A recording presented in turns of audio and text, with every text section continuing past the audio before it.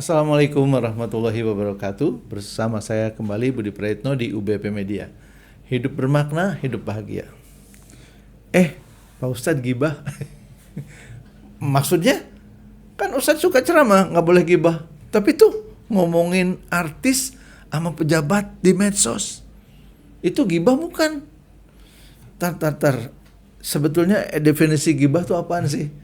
Kalau kita membahas kejelekan dan persoalan pribadi, kemudian dan itu fakta, orang yang dimaksudnya nggak suka, itu gibah. Jadi ngomongin orang kejelekannya dan itu fakta, itu gibah.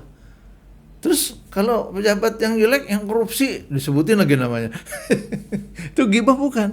Nah ini kita udah dapat rujukan dari kitab Tanbihul Ghafilin. Ada 3 gunjingan yang tidak dianggap bergunjing. 1, menggunjing penguasa yang jahat. 2, menggunjing orang fasik yang suka berbuat maksiat di depan umum. Yang ketiga, menggunjing orang yang melakukan bid'ah, yang disebutkan itu perbuatan dan mazhabnya, bukan cacat pada orangnya.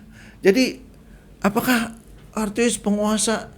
Ya itu penguasa yang jahat sama orang fasik. Ya. Pejabat itu penguasa, apalagi di negara kita mah sistemnya demokrasi, diangkat. Nah itu yang lagi rame, anggota DPR joget-joget, mau dibahas.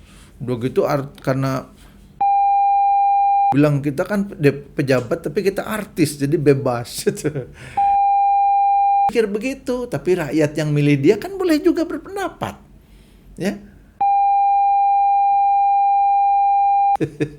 Nah, di negara seperti Indonesia, di mana pejabat mendapatkan kekuasaan dari suara rakyat, maka pejabat harus mau mendengar suara rakyat. Kenapa pakai medsos? Lah, zamannya sekarang zaman medsos. Emang situ punya nomor telepon anggota DPR? Kan kagak punya. Terus emang kalau ditulis di medsos didengar? Buktinya saya suka dimarahin. Berarti pesan itu sampai. Ya, dan kemudian kita tahu yang namanya suara rakyat sekarang disalurkan melalui media sosial. Ingat loh, namanya medsos. Ada kalimat pertamanya media. Media itu pilar keempat demokrasi.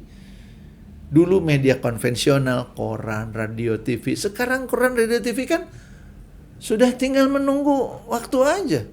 Angkatannya siapa yang masih baca koran pagi-pagi? Angkatan nenek kita, ya. Atau angkatan beberapa orang tua yang masih setia.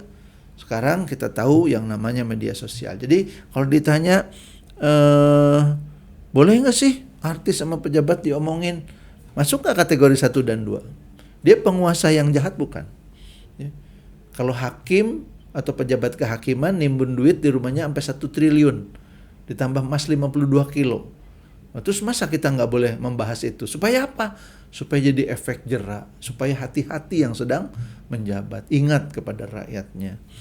Terus kalau artis-artis bagaimana? Orang yang berbuat fasik, orang fasik yang bermaksiat di depan umum boleh dibahas. Supaya apa? Supaya kemudian kita bisa mengatakan bahwa itu bukan perbuatan yang baik, bukan perbuatan yang boleh ditiru. Begitu ya. Assalamualaikum warahmatullahi wabarakatuh.